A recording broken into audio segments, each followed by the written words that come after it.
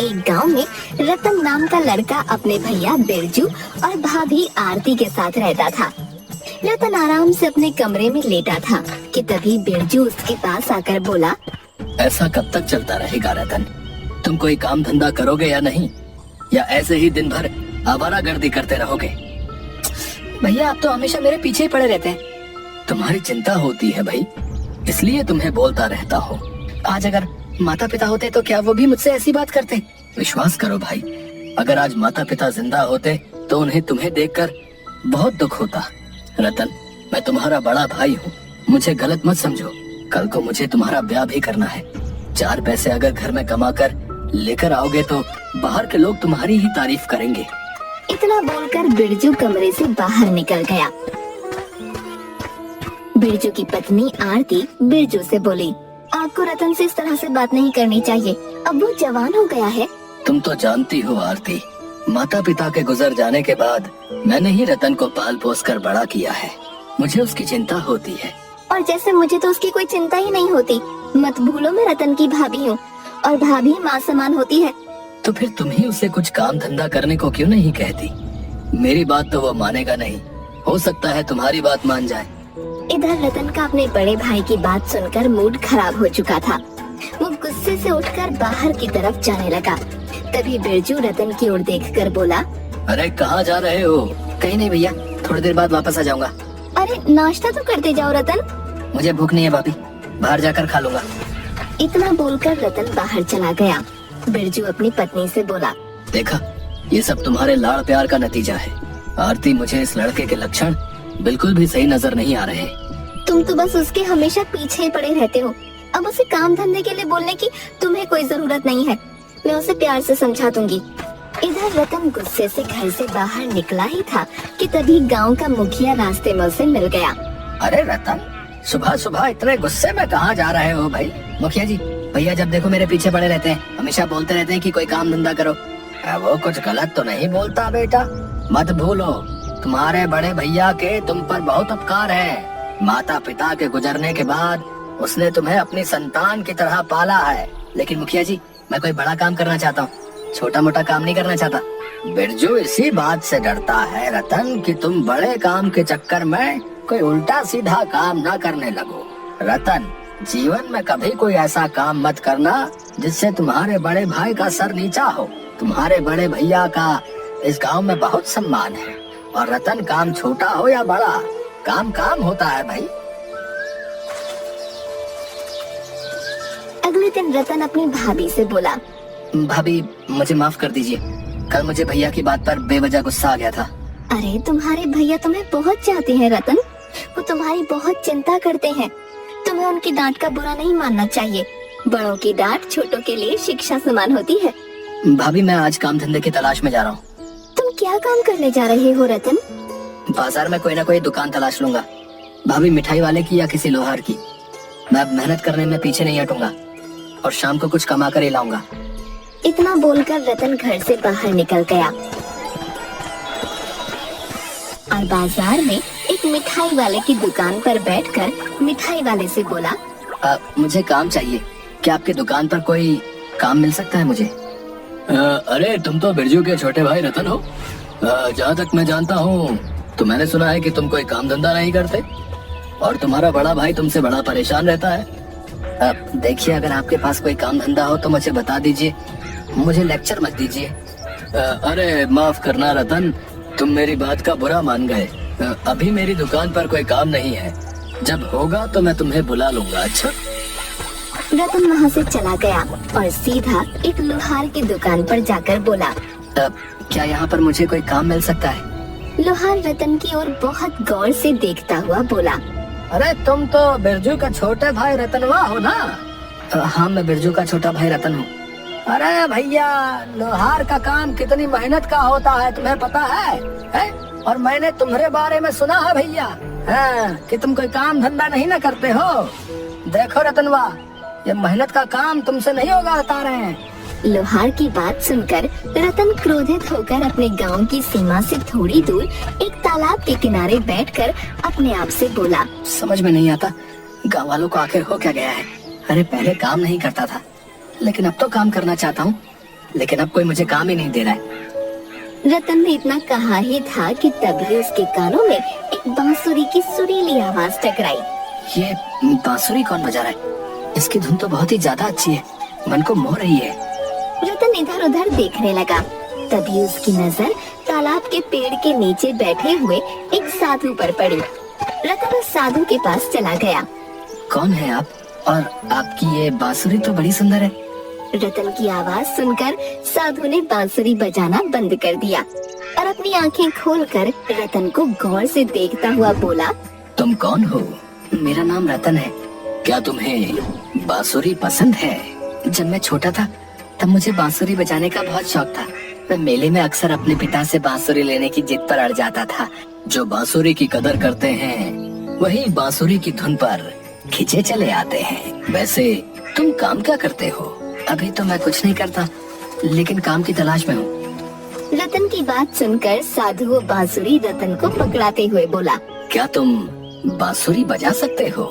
रतन, हाँ हाँ, क्यों नहीं, मैं बहुत अच्छी बांसुरी बजाता हूँ। रतन बांसुरी बजाने लगा। तुम वाकई बांसुरी बहुत अच्छी बजाते हो। तुम बांसुरी बजाने का काम क्यों नहीं करते? कैसी बातें कर रहे हैं बाबा? बांसुरी बजाने से क्या धन कमाया जा सकता है? तुम्हारे हाथ में जो बांसुरी है वो कोई मामूली बांसुरी नहीं है, बल्कि एक जादुई बांसुरी है। आज से तुम इसी तालाब के किनारे बैठकर बांसुरी बजाना और इस बांसुरी का कमाल देखना। इतना बोलकर वो साधु बड़ी तेजी से वहाँ से चला गया। अजीब साधु था। तालाब के किनारे बांसुरी बजाने से ऐसा कौन सा चमत्कार हो सकता है?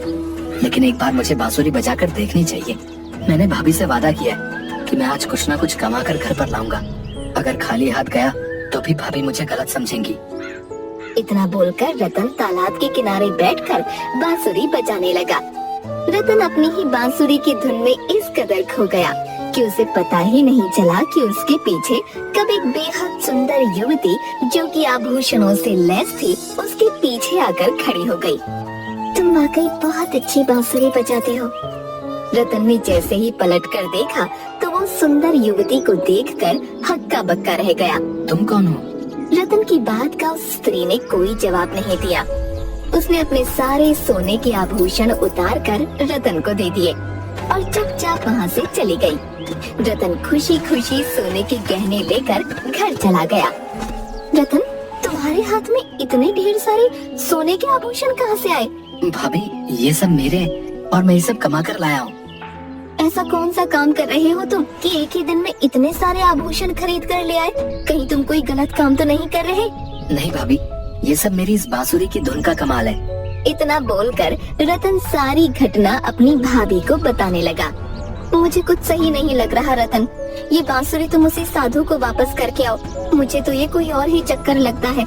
नहीं भाभी, मुझे वैसे भी अमीर बनना था और इससे अच्छा साधन अमीर बनने का मुझे और कहीं नहीं मिलेगा। इतना बोलकर रतन अपने कमरे के अंदर चला गया। कुछ देर बाद उसका बड़ा भाई बिरजू रतन के पास आकर बोला, रतन, ये मैं क्या सुन रहा हूँ? तुम्हारी भाभी जो कह रही है वो सब सच है? हाँ भैया, वो सब सच है। अब से आपको काम करने की कोई जरूरत नहीं है। मैं कुछ दिनों में इतना धन कमा कर एकत्रित कर दूंगा कि हम इस गांव में सबसे ज्यादा धनवान हो जाएंगे। रतन, तुम्हें क्या हो गया है? मुझे तो लगता है कि उस साधु ने तुम्हारे ऊपर कोई जादू कर दिया है। तुम्हें ये सब कुछ गलत सा नहीं लग रहा? नहीं भैया, मुझे कुछ गलत नहीं लग रहा। बिरजू गुस्से से पैर पटकता हुआ वहाँ से चला गया। अगले दिन जब रतन सोकर उठा तो उसे सोने के आभूषण गायब मिले। रतन गुस्से से अपने भाई के कमरे में जाकर उससे बोला, कल जो मैं सोने के आभूषण लेकर आया था वो कहाँ गए? मुझे क्या पता वो कहाँ गए। बिरजू की बात सुनकर रतन गुस्से से आग बबूला हो गया। भैया, ये क्यों नहीं कहते कि जब मैं कल वो सोने के आभूषण लाया था तो आप मुझे देखकर चल भन गए थे? ये क्या कह रहे हो रतन? तुम्हें अपने भैया से ऐसे बात करते हुए शर्म नहीं आती? मैं बिल्कुल सही कह रहा हूँ भाभी। भैया को मेरी कामयाबी बर्दाश्त नहीं हुई और इसीलिए उन्होंने मेरे कमरे से गहने चोरी कर लिए। लेकिन कोई बात नहीं, मेरे पास ये बांसुरी है। रतन दोबारा उसी तालाब के किनारे जाकर बैठकर बांसुरी बजाने लगा। कुछ देर बाद उसकी आंख खुली तो उसके सामने एक सुंदर औरत जो कि आभूषणों से लैस बैठी थी उसे निहार रही थी। कौन हो तुम? उस सुंदर औरत ने कोई जवाब नहीं दिया, बल्कि अपने सारे आभूषण उतार कर रतन को देकर चली गई। ये बांसुरी तो वाकई चमत्कारी निकली।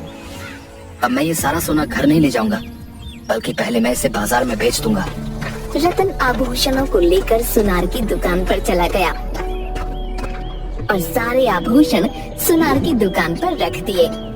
अरे भैया, इतने ढेर सारे सोने के आभूषण क्या कहीं से चोरी करके लाए हो क्या? चोरी करके नहीं लाया, बल्कि कमा कर लाया हूँ। इसे खरीदोगे कि नहीं खरीदोगे? खरीदूंगा, लेकिन आधी कीमत पर। ये कैसी बातें कर रहे हो? आधी कीमत पर क्यों? क्या तुम्हारे पास इसकी पक्की रसीद है? वो तो मेरे पास नहीं है। तब तो मैं आधी कीमत पर ही खरीदूंगा। बेचना है तो बेचो, नहीं तो किसी और दुकान का रास्ता नापो। रतन अपने आप से बोला, आधी कीमत पर बेचना भी बुरा नहीं है। कल और जाकर कमा कर ले आऊंगा। ठीक है, मुझे इसकी आधी कीमत ही दे दो। सुनार ने रतन को सोने के आभूषणों की आधी कीमत दे दी। रतन पैसे लेकर अपने घर आ गया। उसके हाथ में इतने ढेर सारे पैसे देखकर उसका बड़ा भाई बिरजू बोला, रतन, ये इतने ढेर सारे पैसे तुम कहाँ से लेकर आए? बिरजू की बात सुनकर न जाने क्यों रतन को बुरी तरह से क्रोध आ गया। आपको इससे क्या मतलब है भैया? आप ही कहते थे ना कि कुछ काम कर लो, कुछ काम कर लो। अब जब मैं ढेर सारे पैसे कमा रहा हूँ तो मुझसे इतने सारे सवाल क्यों पूछ रहे हो? इतने सारे पैसे कमाने में 1 साल बीत जाता है। एक दिन में इतने सारे पैसे या तो केवल एक बहुत बड़ा बिजनेसमैन कमा सकता है, या फिर कोई बहुत बड़ा चोर। सीधे सीधे क्यों नहीं कहते भैया कि आप मुझसे अब जलने लगे हो? लेकिन चिंता मत करो, कुछ दिनों बाद मैं इस मकान को छोड़कर चला जाऊंगा और अपने लिए एक आलीशान कोठी बनवाऊंगा। तब मेरी कोठी को देखकर आराम से चलते रहना। इतना बोलकर रतन अपने कमरे में चला गया।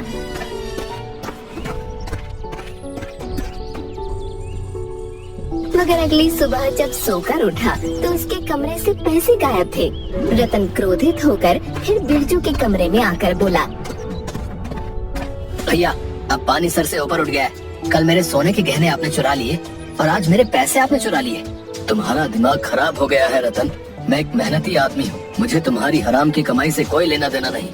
तभी कुछ पुलिस वाले बिरजू के घर के अंदर घुस आए। एक पुलिस वाला रतन की ओर देखकर बोला, हाँ भाई, क्या तुम ही बांसुरी बजाते हो? हाँ, मैं ही बांसुरी बजाता हूँ। कहाँ है तुम्हारी बांसुरी? आप मुझसे क्यों पूछ रहे हैं? जो पूछा है उसका जवाब दो। रतन भागकर अपने कमरे से बांसुरी ले आया। पुलिस वाला बांसुरी को देखकर दूसरे पुलिस वालों से बोला, गिरफ्तार कर लो इसे। मैंने क्या किया है? अभी बताता हूँ तूने क्या किया है। तभी वहाँ पर वही सुनार 2 युवतियों के साथ अंदर आ गया, जिन्होंने गहने रतन को दिए थे। पुलिस वाला रतन से बोला, इन दोनों को तो तुम पहचानते ही होगे। हाँ, मैं इन दोनों को पहचानता हूँ। इन्होंने मेरी बांसुरी की धुन से खुश होकर अपने सोने के गहने मुझे भेंट स्वरूप दिए थे। इनमें से एक के गहने तो चोरी हो गए और दूसरे गहने मैं सुनार को बेच आया था, और वो पैसे भी अभी मेरे घर से चोरी हो गए। हम सबको मूर्ख समझा है क्या तूने?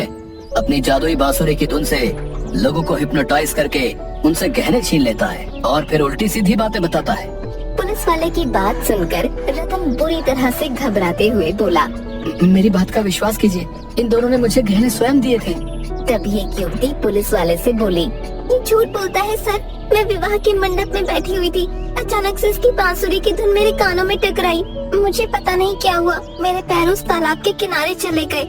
जब मुझे होश आया तो मेरे सोने के आभूषण मेरे तन से गायब थे। अगर मुझे कुछ याद था तो सिर्फ इसका चेहरा। उस दूसरी औरत ने भी पुलिस वाले को यही बताया। तुम्हें तो उम्र कैद की सजा होगी। रतन फूट फूट कर रोने लगा। रतन का रोना उसके बड़े भाई से न देखा गया। सर, मेरा भाई सच बोल रहा है। ये बहुत भोला है। मुझे विश्वास है मेरे भाई ने कुछ गलत नहीं किया, बल्कि इसके साथ स्वयं कुछ गलत हुआ है। तभी गांव का मुखिया कुछ लोगों के साथ एक साधु को पकड़कर वहाँ पर ले आया और बोला, गिरफ्तार करना है तो इस साधु को करिए सर। सारी की सारी करतूत इसी की है। कल जब बिरजू ने घटना मुझे बताई थी, मैं तभी से बिरजू के घर पर नजर रखे हुए था। इतना बोलकर मुखिया बिरजू से बोला, तुम कह रहे थे ना कि सोने के गहने आखिर चोरी कैसे हो गए? मैंने इसे स्वयं सोने के गहने चोरी करते हुए देखा था, और तो और आज सुबह भी मैंने इसे तुम्हारे घर पर निकलते हुए देखा था। पुलिस वाला साधु से बोला, क्या मुखिया जी सच बोल रहे हैं? मुझे माफ कर दो इंस्पेक्टर साहब, ये सच बोल रहे हैं। मैं कोई साधु नहीं हूँ। ये बांसुरी मैंने एक साधु से चुराई थी। मुझे इसका राज पता था। इसकी धुन सुनकर हर वो स्त्री सम्मोहित हो जाती है जो सोने के आभूषण पहने हुए होती है। समझ गया। इसका मतलब दूसरे गांव में जिन औरतों के आभूषण गायब हुए थे उनमें भी तुम्हारा ही हाथ था, है ना? हाँ, उनमें भी मेरा ही हाथ था। जब मैंने रतन को पहली बार देखा तो मैं समझ गया कि वो बहुत भोला है। मैंने इसके भोलेपन का फायदा उठाया। पुलिस वाले ने उस साधु को गिरफ्तार कर लिया और रतन को छोड़ दिया। बिरजू रतन से बोला, अब तुम्हारा क्या इरादा है? मुझे माफ कर दो भैया, अब मैं आपके साथ ही मेहनत करूंगा, कभी भी लालच नहीं करूंगा। इस बांसुरी का क्या करोगे? मैं इस बांसुरी को तालाब में फेंकाऊंगा ताकि ये बांसुरी किसी और को न मिले। रतन उसी दिन उस बांसुरी को तालाब में फेंक आया और मेहनत से अपने भाई के साथ मिलकर काम करने लगा।